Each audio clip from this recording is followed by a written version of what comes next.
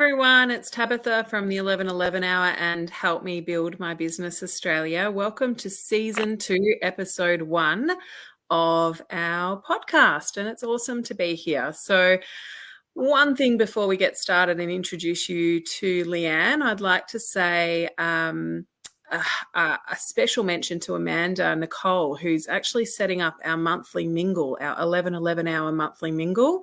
If you haven't heard about it, you need to get on the 1111hour.com.au website and go on the wait list, because it's going to start in, I think, July. And it's basically an opportunity to meet other business owners and help each other and collaborate. So who wouldn't want to do that?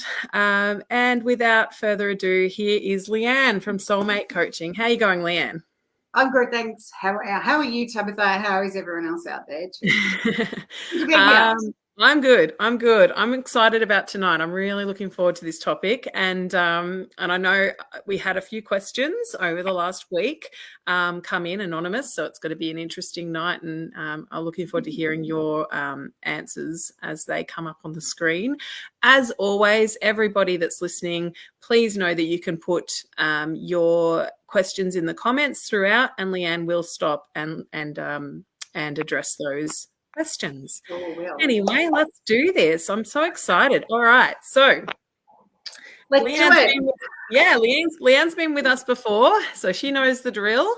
I'm going to help her with her slides, and she's going to take control now. So thank you, Leanne.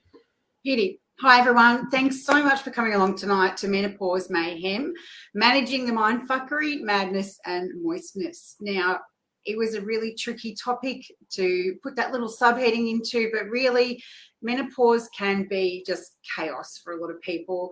And what I want to do is be able to share some strategies with you all, whether that's you in the midst of your own menopausal journey, or your partner. If your partner's watching along tonight, I've got some little hints further down the track about what to do in your relationships, even with your workplace, that are going to be really, really helpful. So tonight is how you can support yourself, and how others that are in your life can support you as well. So I hope that we have a really great night. So for those of you that don't know me, I'm Leanne. I'm 49. I've got 4 kids. They are all a little grown up now. So my youngest is 17. I do own a couple of small businesses, but 4 years ago, I had a full hysterectomy, surgically induced hysterectomy. So I was thrown into the midst of menopause straight away. But I was actually going through perimenopause, just did not know any of the symptoms or signs, and my doctor didn't kind of really share much with me at all either. So it's a little bit of a confusion. So here we are tonight to help out with hopefully changing your concepts and ideas about it. I am now an advocate for women's health, and I am always available for men's health and questions there as well. I love teaching people how to be in control of their own bodies and their own mindsets and their own communications, so that they can share the absolute best version of themselves and yourselves with everyone else around you. So probably the biggest thing that I would really want to push out tonight is that I am not a doctor. I am a coach. So I do coach people through mindset changes and lifestyle changes to have a really great time with menopause, as opposed to feeling really down in the dumps about it. So that's where that comes from in there. I will advise any medical advice we talk to your doctors about. They're the best people to answer those questions. Okay, this is my favorite image ever, and this particular quote here was something that I heard at the beginning of my journey when I was really curious about what menopause is and what menopause meant for me. So at a woman's first bleeding, she meets her power. In her bleeding years, she practices it, and at menopause, she becomes it. So ladies, all of you out there, this is your time to embrace the power of you. That's it. Simple as that. So let's go. Let's keep learning more about this. All right. So goals for tonight, as I've mentioned some of them before, I want to help you with some mindset and attitude shifts around menopause. It isn't all doom and gloom, I promise you that. Understand some mind and body changes are temporary. Some of them are a little bit longer term, but some are temporary as well. Learn that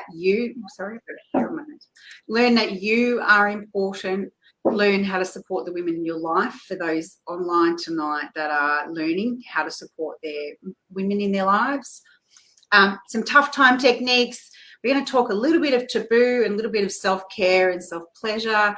And at the end of it, hopefully, you'll feel a lot more empowered to take more control over your experiences in menopause. Something that I really advise that every single woman out here who is stepping into their menopausal power is that you start to use the phrases, I can and I will. They are strong. They are so determined. So I've put down here the determination to speak up and advocate for yourself with healthcare providers is your best menopause plan. If you are ill-informed, don't know enough about your own self to be able to speak openly with your doctor and ask the right questions, then you're going to feel confused and lost. So we want to live our lives now empowered and strong as women that can embrace life with an I can and an I will attitude as opposed to I'll try. See the determination difference there, Tab? Yeah. Look, I'm a big advocate myself for telling people that they need to self-advocate for their own health and their own well-being. So I completely back everything you just said. And that's the same with menopause, the same with any other health challenges you may face along our journey through life. Yeah, for sure. We need to know, we need to understand what we're advocating for. So okay, so I just want to have a little brief chat about what we know about menopause. Oh, we've got a great question up there. I'm going to come back to that one. Can we hold that one out for a little bit longer? So hold on to that thought. We'll come back to it. A little bit about menopause. So I'm just going to put over here on the right-hand side. It says in Australia, the average age of menopause is 51 years. And it is normal to have menopause anywhere between 45 and 55. These dates now and ages are slightly changing. So they're saying that some of these changes are starting around about 35 years, but we're being potentially, I don't want to say misdiagnosed, but we're potentially being a little bit misunderstood, or again, not being informed enough about our bodies to speak to our doctors and ask the right questions. So, why is that, Leanne? Why is the age getting younger? Oh, look, I can't answer that question, Tabitha. What I really believe it might be is that women are finally being researched. So women's health conditions are finally being put under the spotlight, and there's a lot more studies which is proving to show that there are a lot more younger people experiencing symptoms of menopause. So yeah, that would make sense. That would make a lot of sense if that is the answer. Yeah. Well, we don't know the answers if we have never studied them. So there's a lot more happening now. There's some amazing studies being done. So I've put in here, what do we know about menopause? So our bodies, we need estrogen, and that's our main hormones that run our systems and allow us to release eggs each month, allow us to naturally lubricate, and affect our desire. So here we have a breakdown of each of the different hormones that we have within our bodies that sometimes work together, or primarily work together for us, and then the changes through menopause. So with estrogen, it's produced from the cells around the eggs in your ovaries, and it helps to maintain the parts of your body, for example, your endometrium, which is the lining of the uterus, and the cervix, where your uterus joins your vagina, the breast ducts, and the bones. So very, very female-based. Progesterone, it's responsible for things like the mucus levels in your cervix, acidity levels in your vagina, and milk cells in your breasts. It can also make you moody. So we might come back to this we might come back to that question in a minute. Testosterone, it plays an important role in women's sexual desire, emotional well-being, and bone and muscle strength. So with the combination of each of these three throughout our cycles, we can kind of have some kind of beautiful balance and harmony. Through menopause, all of these things change. So we're left with deficits in parts of our hormonal system. Okay, we'll answer this question here. Thanks for this great question. When I'm feeling my worst, how can I help my husband understand that I'm just shitty from menopause and not at him? It's not personal. You're going to have to teach him about menopause, and I hope that he's online tonight learning about it. It's really going to be about you teaching him more about what you're going through and what you're experiencing. Speaking to him about the changes that are happening in your body is the very first part. And on the next couple of slides, we're going to talk more about some of those changes. So we need to be able to articulate a little bit more about exactly what it is that you're experiencing. So here we go. What do you know about what do you know about menopause? So you would have heard the most common symptoms on the screen here: irregular periods, hot flushes, night sweats, loss of libido, vaginal dryness, irritability, brain fog, emotional changes, and mood swings. Sounds like a hoot, hey? Doesn't sound like much fun, Leanne. Well, it depends on your attitude to all of these, because some of these are, well, I believe they are manageable with some strategies. So, but, you know, inevitably they are going to happen to majority of us at some point. The severity of them varies between every single person. And Sherry's here saying, yeah, it sounds amazing.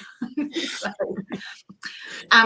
on the rest of the screen here, you can see that there are a lot of other more, I suppose, obscure for some people symptoms that we can have. So the very first sign we tend to sort of notice is that our periods become a little irregular, but all of those common signs do pop up potentially at some stage. Now, I keep saying potentially and maybe because every woman's journey is very, very different. So I'd love to, anyone in the comments, by all means, pop into there if you're experiencing any of those other menopausal symptoms. And I want you to consider in here too that these are symptoms of perimenopause too. So once your body is starting to have the changes and stepping into this new phase of life and into the change, these are symptoms that you will experience throughout perimenopause as well. There's a lot. Yeah, there's a lot there on that screen. Yeah, unbelievable. I didn't even know some of those. Did I read electric shock, by the way? Just wanted to... Yeah. So some people get like an electric shock sensation, primarily in their hands or their feet. I think I've experienced it at times in my feet where, I don't know, I've just gone and put some socks and some Ugg boots on and felt that was going to help out. But it didn't last very long for me personally. So, yeah. Now, Cherry has asked in the comments, what's the difference between the two? Cherry, on this screen here, you can see that there's a big sort of sweeping movement of the different stages. The higher estrogen levels that we have in our bodies at a certain age at the bottom, our experiences with symptoms start. So perimenopause is mood swings, irritability, weight gain, slight weight gain, night sweats, irregular periods.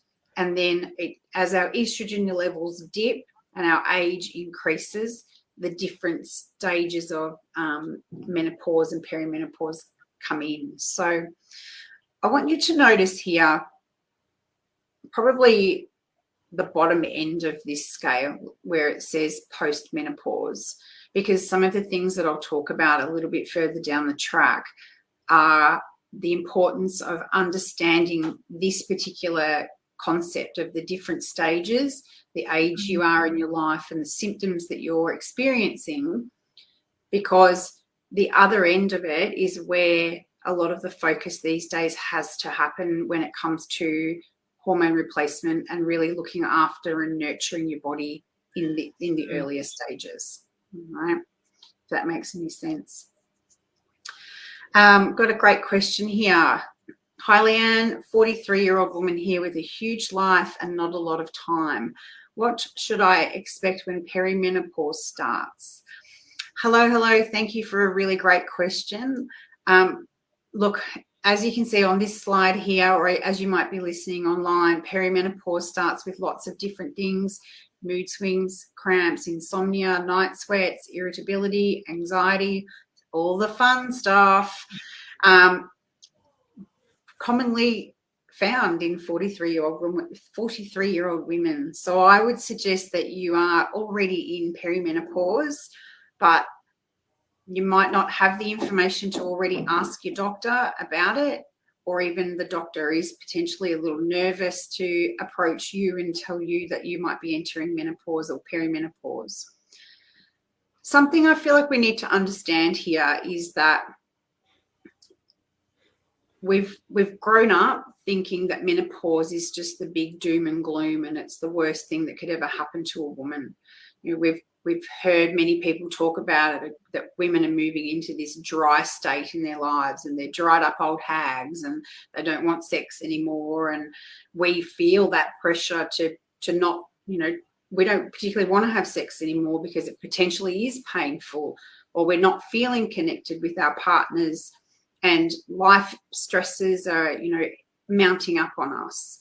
So often we go to the doctor, I have been there included, and have experienced some of these perimenopausal symptoms, and they've told me that it's anxiety or depression. So we need to understand that arming ourselves with this type of information and going to our doctors and saying, look, these are the symptoms that I have. I need you to tell me, do you believe that I'm in perimenopause? Are there any tests that I can do that will confirm any of that? And a lot of doctors are hesitant to do any testing for menopause, but have the conversations, but arm yourself with information like this is the best way to be. Yeah, no, I think that's really great advice. I think that as it goes back to what we were saying before about being your biggest advocate when it comes to your health, and speaking up and owning it, and not putting all the hope that your doctor's going to pick up on it. You know, sometimes we do that. Yeah, and I think sometimes it's better to have some sort of, you know, self-knowing about what's going on before you even go into the doctor. Obviously, there's instances where we can't do that. We might be really confused about certain symptoms we're having, but if you've got an inkling, say it. Like, actually just say it. Yeah. And look, at times it's a really hard admission to actually think about it and go, oh, shit, I'm going through menopause. My experience with menopause was my mum turned into a cranky old bitch, to be honest, and she was really cranky at us all the time, and we couldn't do anything right. And, you know, I don't want to be that person. So to admit to ourselves that we may be menopausal, that is a big admission in itself. But we have to move past that. We have to understand that we are going to go through a change. So the longer we put off understanding it, the more troublesome time you could potentially have with it. So tonight is about embracing it, and it is about working with what you're managing and not working against it, because you can actually have a pretty good time in this later part of your life. It doesn't have to be all doom and gloom, like I said earlier. I like the sound of that, Leanne. Let's get to that. Let's do that. Okay? I'm just looking, my face is flushing. I've got my heater on 25 degrees in here. Oh, no. Jerry remembers her poor mum having hot flushes and always saying she felt hot. Yeah. It's a funny one. I remember one little, I'll tell just a tiny little story. I was massaging one day in my treatment room, and it was in the middle of August, and it was one of the very first hot flushes that I ever had. and I had my hysterectomy early June. So it was like 2 months, not even 2 months later. And I'm massaging and I could feel myself getting really hot and sweaty. I could feel sweat running down my back. I could feel all the sparkles coming on my face. And I'm thinking, oh, shit, what is this? And I pretended I had a very bad cough. And I excused myself from the room and I ran outside my back door and dropped my pants to my ankles, stripped my top off, and I'm standing out the back of my house in freezing cold, trying to cool my body down, pretending that I'm coughing. So they thought I was just having a coughing fit, but it was a whopping hot flush. Did you know at the time what it was? Were you worried that it was something else? Like, were you sure that that's what you were actually facing then? Well, yeah, I knew that I was going to come into menopausal symptoms straight after my hysterectomy. So I kind of went, whoa, is that a hot flush? That's it. Yep. So, but I call them power surges now. They're just a power up. Some of us would probably be like, what's this? What's this? What's going on? Obviously, you had the heads up that was going to happen to you because of your but surgery. you know about it enough that you know that the common symptoms are hot flushes and irritability and changing in periods. So I'd be expecting a hot flush just as much as you're expecting your mailman to drop the mail at the door every week.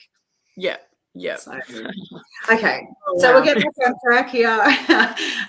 So as I said, I've been saying all night, you've probably heard that once you hit menopause, it's all downhill.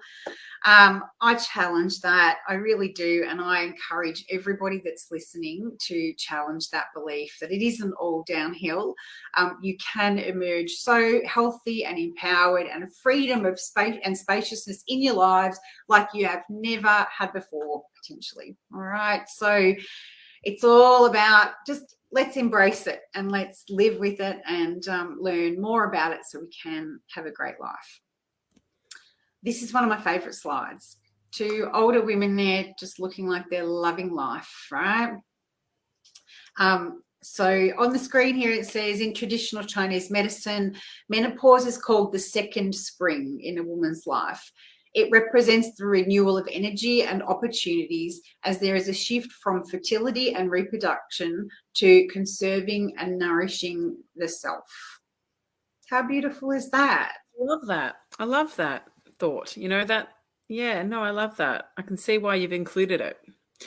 Because, as you said, many of us have this idea that it's just doom and gloom and it's going to be terrible. But when you reframe it that way, I think that helps. That's a better way to do it. It's certainly a better way to describe it. You got to remind yourself of that one, though. We need to print this off and put it up on the wall. We got a comment here. I go bright red and feel like I'm going to human combust. Yep, that's what it feels like sometimes. I agree completely, Jojo. Thank you for that. Okay, we've got a question here. I run my own business and I'm scared that menopause will hit and I'll not be at my best. Any advice? How can I cope with increased anxiety during menopause because I'm feeling it? All right, keep watching, keep listening, because the next whole element of this is for you. Let's do it. I've got a beautiful person helping you with the screen. So understanding what is happening for you and making the right choices that work for you. It is going to sometimes take some different doctors to listen to you. Sometimes it's going to take you working out how to elaborate on what you're talking about with some doctors. And some of them you might not even just want to spend any time with. So find out as much as you can and learn to understand your body and speak up. The symptoms that we experience are potentially going to increase disease further down the track if we don't look after ourselves at this part of our lives. So prevention of disease begins with actions. Now, I say that because back on the slides, a few slides earlier, the older we get, the more chances we lead into conditions like osteoporosis and Parkinson's disease, inability to move our joints with arthritis. So we want to be able to embrace and continue living the best life we can, as healthily as we can. So we want to think of menopause as prevention of what we can, avoid later on down the track. So this is our reminder to do that. Yes. Yes. All right, let's go. All right, and every woman's journey is different. I've said this a few times now. Your journey is different to the person sitting next to you, the person across you at your desk, and your best friend. They're all very, very different. So 20% of people have no symptoms at all. 20% have really severe symptoms, and others just have mild to moderate symptoms. So primarily, most of us will have mild to moderate symptoms, but we want to be able to achieve anything, ladies, right? So we can achieve anything by working on these strategies that we can manage some symptoms better. All right, let's keep going. All right. On the screen here, we've got some images of emotions and anxiety of menopause. We've got cranky women shaking their fists, women with their hands on their head going batshit crazy. We're losing focus. We've got brain fog. We're fatigued. We're popping pills. We're laying in bed. That's what we think that menopause is like, right? Next one, Tabby. Let's go to the next page. Here we go. Now, that was a whirlwind of things that we feel, that we think we're going to feel, that we're going to experience at some point along the line. Now, I've put this up here. This is an emotion wheel for anyone that's listening and not viewing. You can Google this, looking at emotion wheel. And what it is, it's important. It's a wheel that shows the different ways to describe bigger emotion that you're experiencing. Now, when you're to manage anxiety, as we've had in that previous question, managing anxiety is really about determining what the emotion is that's coming up for you when you're feeling it. So I highly recommend this by Dr. Gloria Wilcox. It is fabulous to be able to understand that I feel sad about this, but do I feel sad because I'm grieving, or am I sad because something was just, I watched a baby nappy ad on the television and I'm just feeling emotional. This is a really beautiful wheel to print out, laminate, put on your fridge to have as a quick ready reckoner after that. So yeah, yes, Jerry, we can put that up on afterwards. Yeah, it's a great image. I've seen it before, but when we're talking about menopause and all the emotions that we're going to go through over the next X amount of years, it's a great one, because when you're lost in something, sometimes having a visual like that can help really pinpoint what's going on for you. I like it. I like using it in this context and for this purpose. Yeah. I put down the bottom there, at times it's not necessary to try and figure out what's caused them, but just acknowledge them. So if you are feeling sad, be sad. If you are feeling angry, you might want to go out and have an aggressive walk like I like to do, or, aggressively mow my lawns. So that's how I get my frustration out.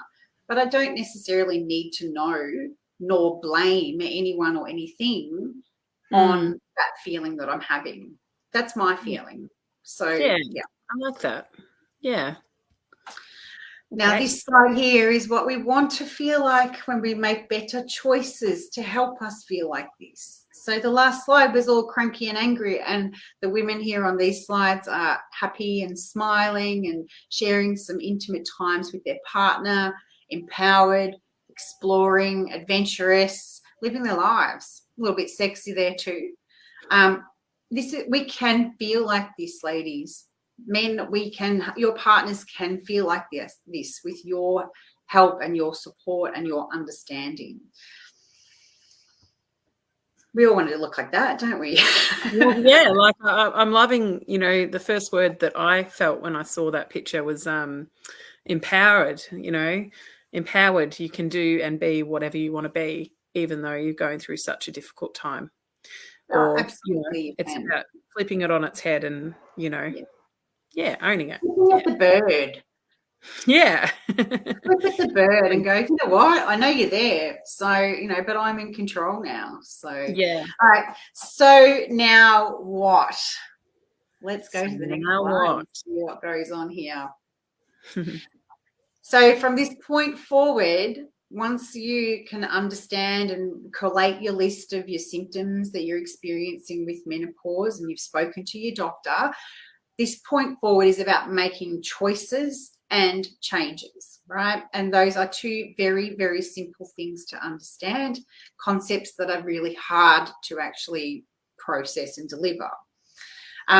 So lifestyle changes will assist you in the reduction of your disease onset during and after menopause. So on the next few slides, we're going to talk about things that you like, making changes in your life that are going to have a positive impact for you, not just now and not just in a year's time, right through for the remainder of your life. Now, up here on the screen, it says, it's really about asking yourself questions. How can I make my menopause journey the best I can, knowing it will affect the remainder of my life? So you can make mindset shifts and take personal responsibility. Are you going to stop drinking? Am I going to stop smoking? What can I do for my mental health? Can I exercise more? Can I change my diet? Can I consider hormone therapy or not? HRT, natural alternatives. Can I manage my time and make more personal time? And can I have some self-pleasure or partnered intimacy practices? The answer to every single one of those is yes. And unless you're prepared to make the choice to make those changes, you're going to struggle with menopause. It's as easy as that. All right, it can't be easy. It can't be that easy. It can. All right. So it's about taking the matters into your own hands. So you can, on here, we've got about learning, understanding, self-care, time management, and sharing. So learn. So increase the amount of information that you find out about perimenopause, menopause, postmenopause. Understand it. Just like tonight. Yeah. Just like tonight. Read podcasts, healthcare providers, alternatives. Understand your body, your emotions. Understand that you're not alone. Understand you're not broken. This is just this new phase of life that you're coming into. And understand that there is heaps of support around for you. Self-care, slowing down, changing some of your habits. What are your expectations versus the reality in your life? Can you take up new hobbies? Integration into nature, movement, and time for reflection.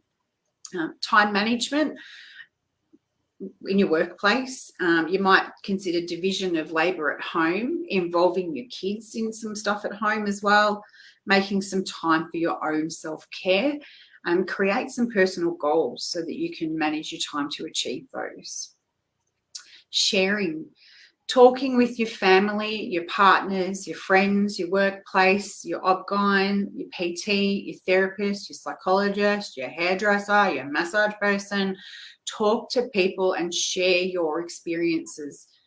They'll be different to other people, but talking about it creates this topic of conversation now, that we're not now all going to be sitting in the dark going, oh my gosh, I'm going through menopause, I'm going to turn into that cranky bitch. All right. Does that sound pretty good? That sounds pretty good. Like that.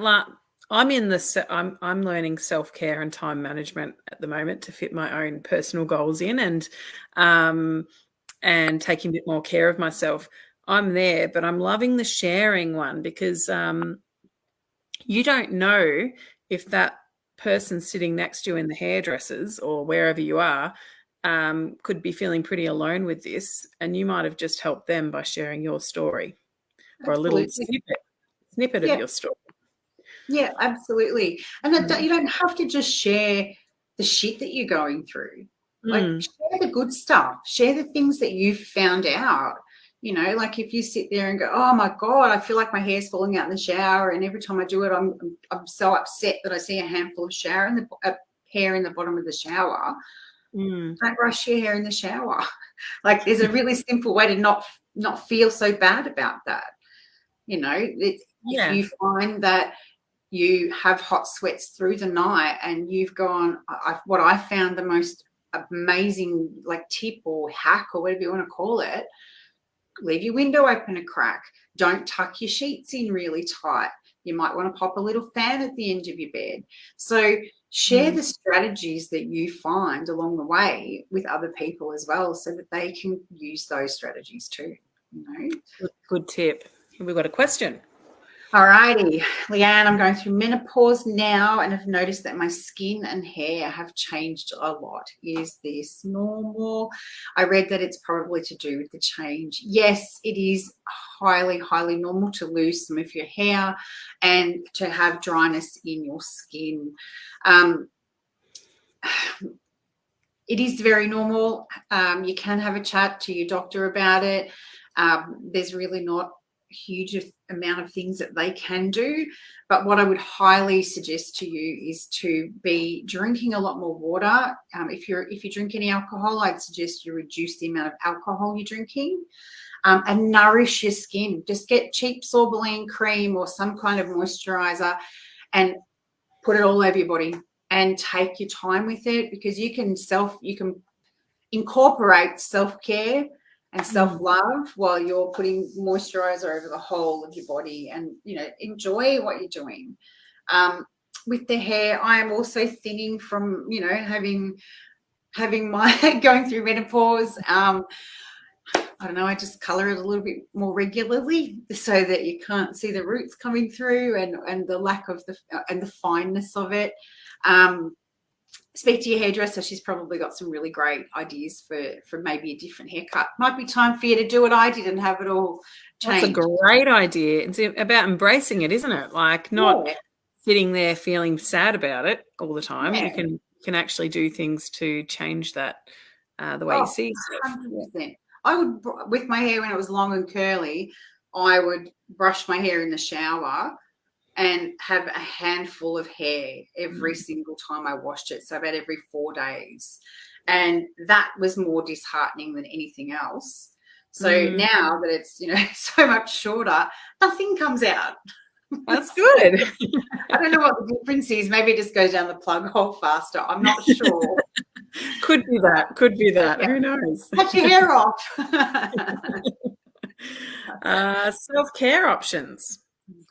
Self-care options. So here's some ideas for self-care. So movement, you might need to be listening and moving differently to what you have been in the past. So if you're busting out aerobics classes at the gym, it might be time to slow down and do some yoga.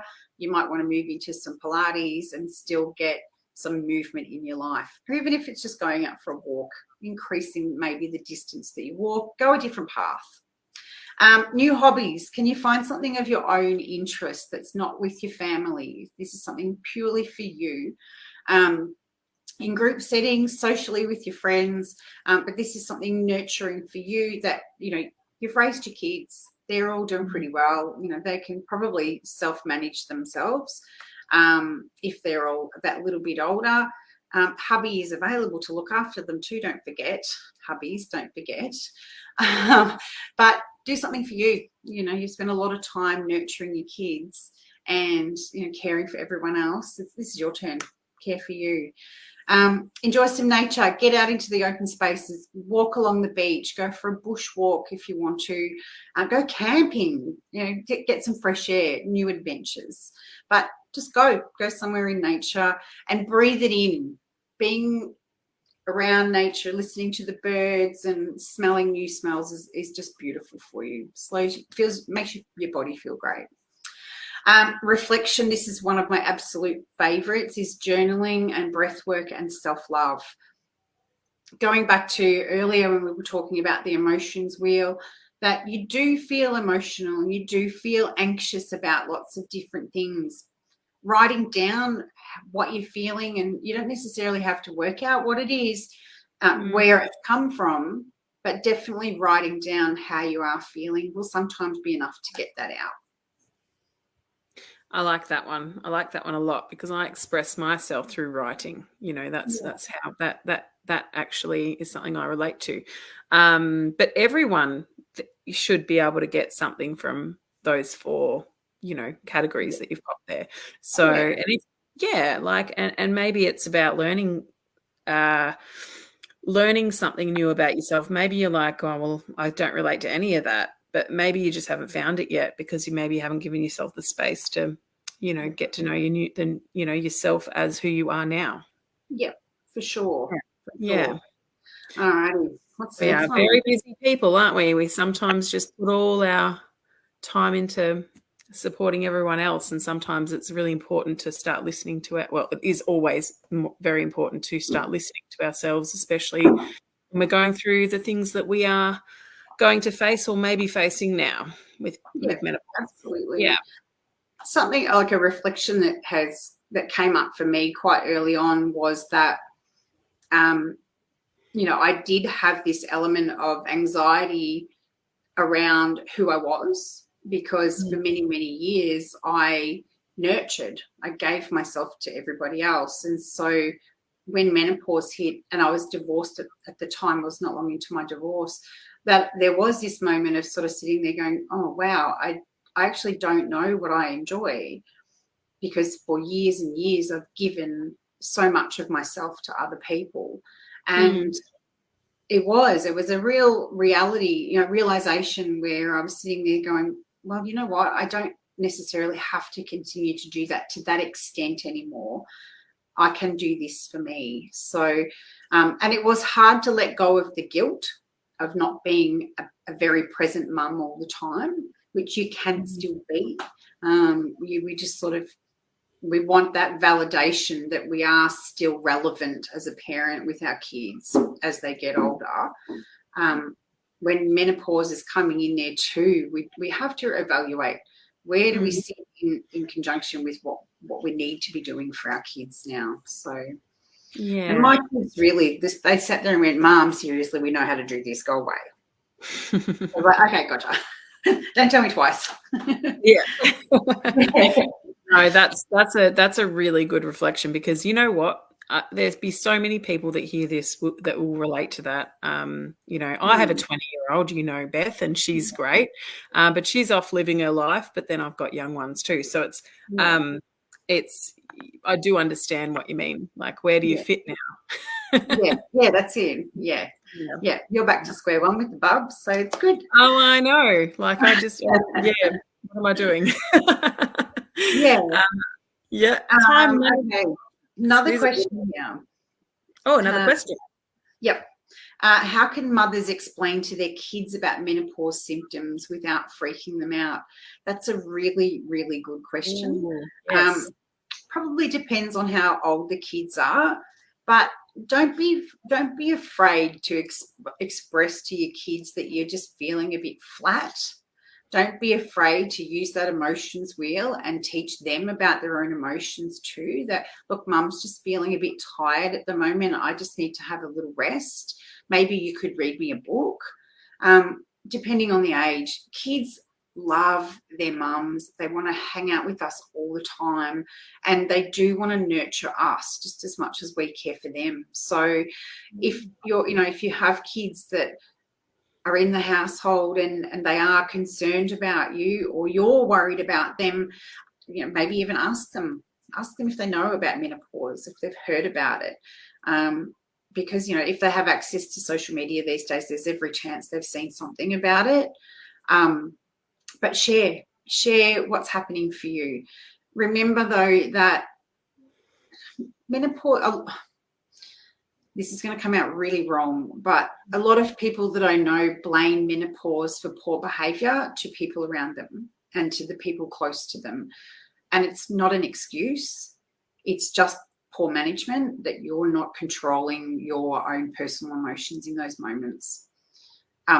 You can only control yourself, and blaming other people is not okay. So in the moments where someone is irritating you, you might want to just say, whether it is your kids, whether it is your partner, just saying to them, look, I'm just not feeling 100% right now. You don't necessarily have to say, look, I'm really pissed off right now, because that'd freak kids out. That'd freak your partner out. But there are really kind ways to address how you're feeling. And look, the other symptoms, primarily, there are lots of felt feelings and lots of felt symptoms that we have. Give them different funny little silly names if you want to. Like I call a hot flush a power surge. So, you know, I like I'm not that. sitting there flapping my hands around going, oh my God, I'm having a hot flush, Lenny. I'm like, whew, power surge coming on. So like change it so that it's not hard and drudgery. And you'll have a lot of fun with it, actually. It can be really, really fun to just give them different names. So I like I hope that. that helped. All right. So I've got to keep moving. We're going to run out of time otherwise. Time management options are, you know, making some adjustments in your workplace, you know, division of labour at home, making more time with family and friends, and making sure you've got alone time. And again, reflecting again when it comes to what your time management looks like. So set yourself some goals and set yourself some intentions. They don't have to be big whopping ones, step by step. Alrighty. All right. I think that's the hardest one with the time management sometimes. So communication and sharing options. Absolutely communicate your experiences and your emotions. And if you need help, say you need help. And we know women, ladies, we know that we don't like to ask for help. This is your time to start asking for it.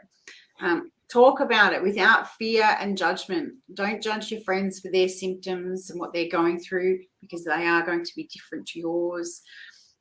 Everyone will have a different perspective on what a hot flush feels like and how much they can cope with it. As Jojo said earlier, she feels like she's going to internally combust. You will have good times and bad times. So talk to people, catch up with your friends on the phone.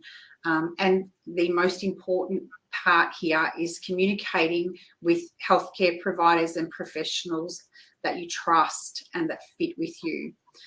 Make sure that you do feel listened to and heard, and that they will provide sympathy, empathy, and support for what you're experiencing. Share. Yeah. I like that. All right. Oh, Jojo's all over it. She must have known that this one was coming up. This slide was coming. How do you become sexy when you don't feel it at all and your husband thinks you're pushing him away? Fabulous, fabulous question. You have to communicate what you are feeling. So I suggest you make a list of the symptoms that you're experiencing that you know are present with menopause, and Google, like you can Google and see what's on there. I'm more than happy to share these slides with you that have links to different websites that you can find this information. But sharing with your partner what you're experiencing is paramount here, because at the moment, I can probably guarantee he's got no idea what you're going through, no idea what your body's experiencing. You're apprehensive to share it, and you know you really don't know what his experience has been learning about menopause. You know, maybe his mum was a cranky old bugger and didn't want to talk about it, and you know raged off at him. We don't know. So all we can do is present what's there in front of him and in front of the both of you, what you're experiencing. You need to share that. So as I put here, share your experiences and your feelings, supported by your partner. So communicate with yourself and then your partner to express your feelings and needs. Arrange a time to be together to share that. So I highly advise not to do that in the bedroom and sit on the couch instead of Netflix and chilling. Sit and put some music on and have a conversation to communicate together. But your feelings and needs are really relevant, and they need to understand how menopause fits in around that as well. Speak openly about your intimate needs and desires. Be prepared to feel emotional while you're sharing, because it's really hard to open up and say that, you know, 5 years ago or 2 years ago or 6 months ago, you really enjoyed doing something with your partner, but right now you can't fathom it. It's it's a really hard share to have. So be prepared for tears from yourself, and your partner might be quite upset about it as well. But hold space for each other and just say, look, we're both navigating something really new. We both need to support each other. Listen to your partner's worries and concerns about your experience with menopausal changes and provide the ways that they can help you.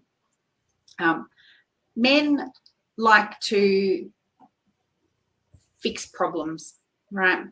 And menopause to them is a problem. So what we can do, as well as give them the information about what menopause is and what we're experiencing, is providing an alternative for them so that they don't have to try and fix it. You're controlling a little bit of what you want and you desire. So, for example, if you don't particularly want to have sex with your partner at night, you can say, look, I'm just really not feeling it. You might be feeling really hot, flushy all afternoon. You might say, look, I've just been on and off really hot today and it's made me really tired and fatigued. And I know that when we lay together, I'm going to get really hot. But perhaps you can give me a little shoulder massage instead, or a foot massage. Give them an alternative, all right? Don't just cut it off and say, no, not happening. Give an alternative for what you're comfortable with. And that's good practice to start asking for more of things that you need and desire too. Cherry said I should write a book for relationships. Yeah. Oh, yeah. There's a million things I should do. Do men experience a muted down version of menopause? That's a really good question. Men experience changes in their hormone levels. They don't fluctuate anywhere near as what ours do. But men do tend to feel a lot of our changes, believe it or not. So when we are experiencing, they are certainly noticing them too. But yeah, look, they do experience changes, but yeah, nothing like we do. Nothing like we do.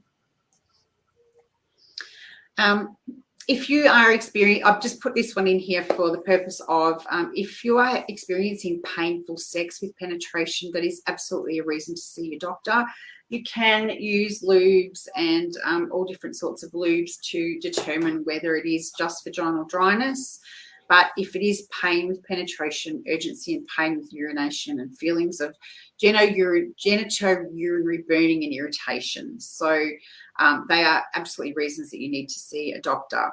But if you're really experiencing just dryness, there's some more tips coming up on these next screens. That pain is really needing to see a doctor. So yeah, this is again another slide just on that previous one. It is treatable if you're having painful sex. Seek medical support through a GP, health practitioner, pelvic floor physiotherapist, or a gyno. You can get lots of different medications. There are plenty available. Highly, highly, highly recommend relaxation techniques like breath work and just movement, mindfulness practices, vaginal dilators, talk therapies, practicing penetration with lubrications and dilators will help as well. But definitely see your doctor about it and determine that it isn't another function. It might just be something as simple as dryness. Alrighty, taking it slow, self-pleasure and partnered play. Cherry's just said, how come everything has the word men in it? LOL. Menstrual cycle, menopause, menstruation. Great question, Cherry. You can Google that one.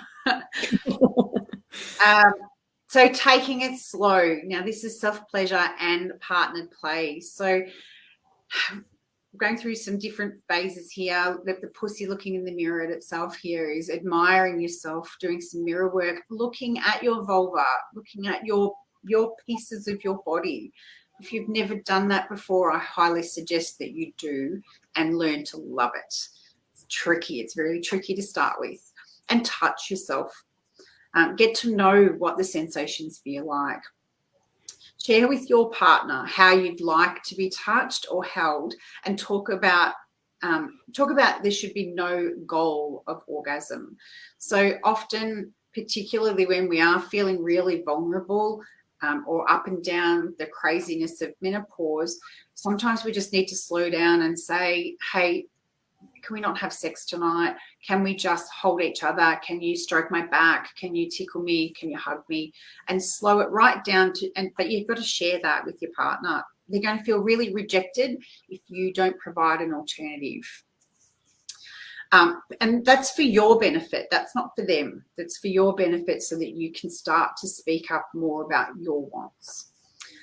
Use lubes with any kind of touch. So massage each other, and use lubrication for massage. It's great for your skin dryness, but use lubes for any kind of touch of genitals or breasts or anything. Use lubes. And then feel free to invite toys and other items for fun. So there's nothing wrong with introducing different shaped toys into your bedroom. Fellas, it's got nothing to do about you. This is absolutely more about just exploring this body that your partner has and is presenting beautifully for you in a place where she just needs to be loved and held right now. So don't be frightened to use some toys in there too. And then breathe. If something feels like a little bit uncomfortable, just breathe and have a big deep breath and settle your body and relax a little. It serves you no purpose for anybody to say to you, just relax, slow down, just relax, calm down, breathe. Okay. All right. So from here tonight, you've learned a little bit more about menopause, your understanding of menopause. You need to be able to design new ways to lean into your power. Now, so the best way to say that is, now that I know that I can do I plan to. So going back to what we were saying earlier, I will and I can. Preparation and planning. So implement. Who do I need to speak to? What do I need to do, and what do I need to provide to them to get the best care for myself? And what appointments do I need to make for that? Stay on track. How can you hold yourself accountable? How can I think more positively about each and every day? And what if I have a bad day? If you have a bad day, start again. Tomorrow is a new day. Let's just start again. I can say, when I have a bad day, I call them write-off days. Like, it's done. Let's just get to tomorrow. I've just noticed I've got another question down here from Jojo. It's always taken me ages to climax, but now it's taking way longer and I even get bored. Why is it taking longer to climax? Really great question, Jojo. And I'm just talking about what you were saying earlier, being menopausal. I would be saying in here that you're getting bored and it's taking an awful lot longer because you're not being stimulated here. So moving along and having that build up of anticipation of sexiness throughout the day. Foreplay starts from the minute you wake up. So sending sexy messages to each other and really build that anticipation to want to be spending time together. And you'll find that your orgasms can potentially be really more climatic for you. They can be quicker. They can be much more enjoyable. But if you're finding that it's taking a longer time, then I would perhaps take away the goal of an orgasm of an ejaculatory orgasm that women can have. And I would probably just step it back into just appreciate sensation and pleasure for what it is. Take away the goal of an orgasm for both parties. Just enjoy each other. And make sure that you say you've had enough when you've had enough. Change positions. You take control. There's lots and lots that you can do in there. But can we have a chat about that at some stage? I'd love to have a chat further about that, because I think we're out of time. Yeah, well, maybe Jojo can connect with you, Leanne, with by some of these options here that are on the screen. Yep, perfect. Cherries has popped the question up, what notable resources are there for women with menopause? Oh, look, what I would love to do is put a whole lot of links into the event tonight. Does that stay available on here? Yes. So what I will do is put a whole lot of links in there to some websites in there. I will put some links to social media, people to follow, doctors to follow, gynecologists that are doing amazing research and further research and up-to-date studies on menopause, and HRT and all sorts of other amazing things. So I will put as many links in there as I could possibly find for you all. So the ones that are easy to read and understand too. I won't give you the big medical journal stuff. You've got a special offer for everyone, Leanne. I do. So I want to offer for everybody that I'm available for a free 30-minute quickie call for anybody. So the links are all through the website, or you can contact me directly. And also, if you like, you're more than welcome to book a 90-minute session and want to know more if there's more than just a half an hour conversation in there. Some questions are bigger than others, and in that first 30-minute conversation, we have a chat and determine whether or not we can. Let's be honest, I go over 30 minutes. So, I can't help it. I want to help you all. So, Leanne is great. She's, we've been friends for quite a while, and you could discuss anything with Leanne, and she's just going to be so comforting and so understanding and non-judgmental, all of that. So I can say that with experience, just being friends with Leanne. So thank you, Leanne, for being who you are. Thank you. I try my best. So yeah, that's a wrap up. So thank you very much for tonight. Tonight was really informative, even for somebody like me that hasn't been through menopause yet, probably isn't in perimenopause either. Jojo says, thanks, Leanne. Clicked off. Thanks, Leanne. This has helped out loads. Thanks, Jojo, for your questions tonight. And thanks, everyone, for their questions tonight, including our anonymous questions, because we always put it out when it's a topic like this. Sometimes people don't feel confident to share publicly. So as always, if Leanne's coming on or somebody else that you feel and you've got a question for them and you just don't want it to be public, that's okay too. You can always send them to us, and it's 100% private between whomever you've sent it to. So not even Leanne knows who you are if you've sent them to me. So thank you very much for trusting us. That's something I've always wanted to say since last time we had Leanne on. Thank you very much for trusting us with your personal information. Oh, look,